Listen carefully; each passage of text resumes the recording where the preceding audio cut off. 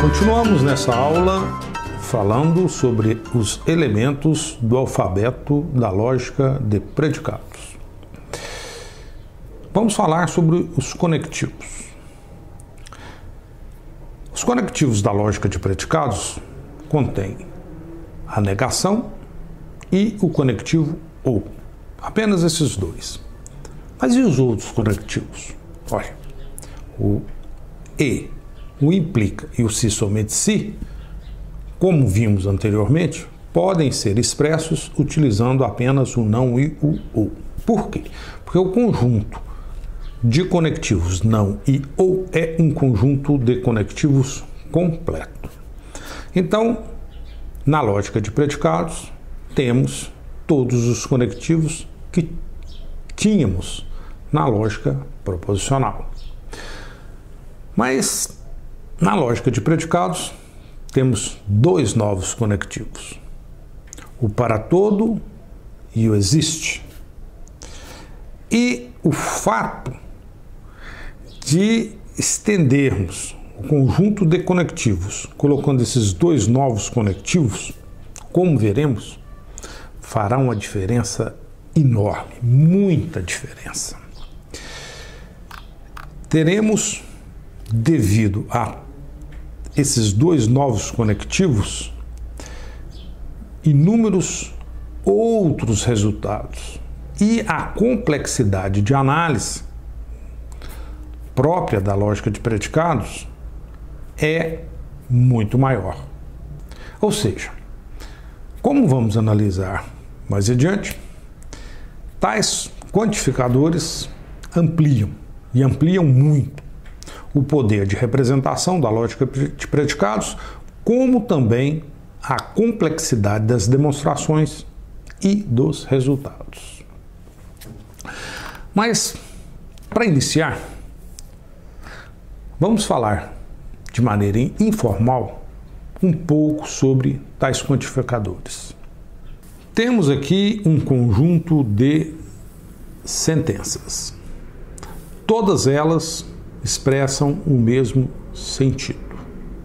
E tais sentenças, em todas elas, temos uma quantificação universal.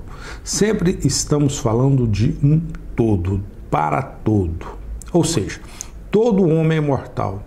Para todo objeto, se é homem, é mortal. O para todo, o todo.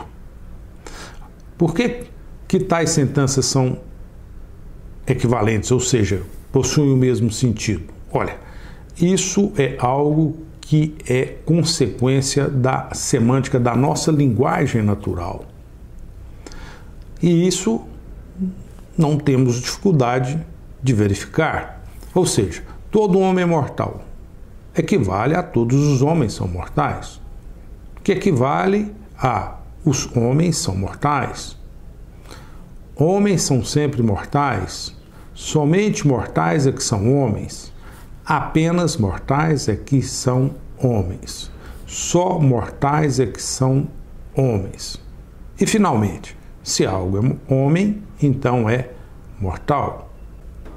Os exemplos anteriores são bem simples. E isso nem sempre ocorre. Lidar com a quantificação pode não ser tão simples.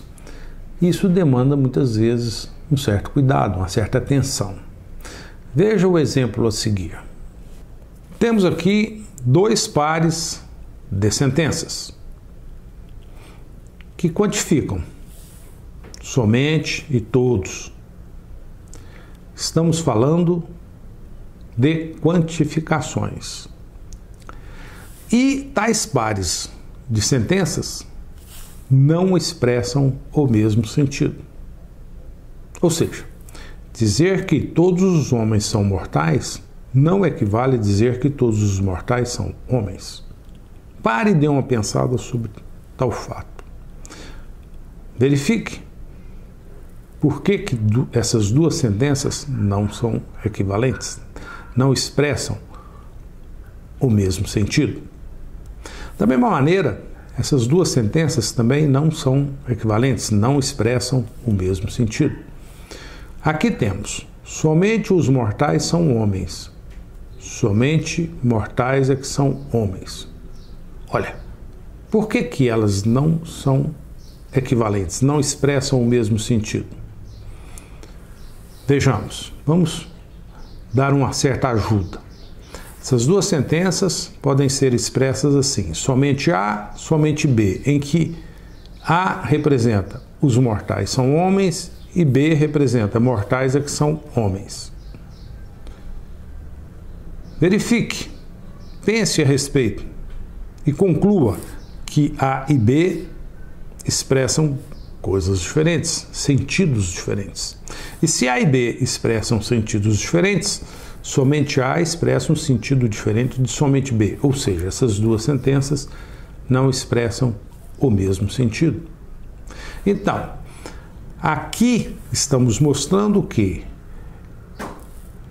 é mais delicado a análise de sentenças que consideram quantificações, como somente, todos e assim por diante. Vamos falar um pouco mais sobre quantificações. Vamos considerar agora alguns exemplos que falam do existe. Existe algo. Temos aqui um conjunto de sentenças com o mesmo sentido. E todas elas quantificam de forma existencial. Dizer que existe um homem inteligente equivale a dizer que há um homem inteligente. Que há pelo menos um homem inteligente.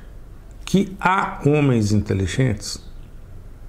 Tudo isso equivale a dizer que algum homem é inteligente, que alguns homens são inteligentes. Observe que tais sentenças expressam o mesmo sentido. E em todas elas temos quantificações. Quantificações existenciais. Existe homem inteligente. Existe alguma coisa, um homem que é inteligente. Após a definição do alfabeto, seguimos mais ou menos a mesma orientação que seguimos na lógica proposicional. Então, dada a definição do alfabeto, o próximo passo agora é então definir as formas. Mas acontece o seguinte, que na lógica de predicados temos elementos diferentes. Temos um alfabeto diferente, temos uma extensão. E dada tal extensão, aparecem a necessidade de definir certos elementos básicos.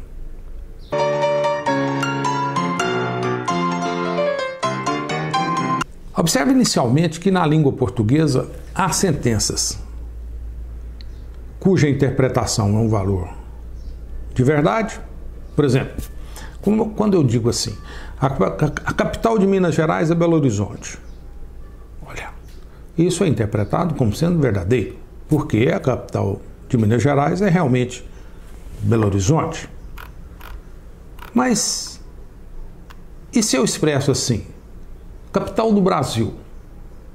Olha, a interpretação disso não é um valor de verdade. Quando eu digo assim, capital do Brasil, estou pensando em Brasília. Acontece algo similar na lógica de predicados. Na lógica de predicados, teremos sentenças cuja interpretação serão valores de verdade e sentenças cuja interpretação serão objetos. Olha que isso não acontecia na lógica proposicional.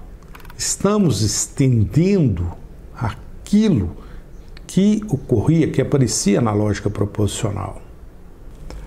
No que se segue, vamos, antes de definir fórmula, lidar com tais coisas.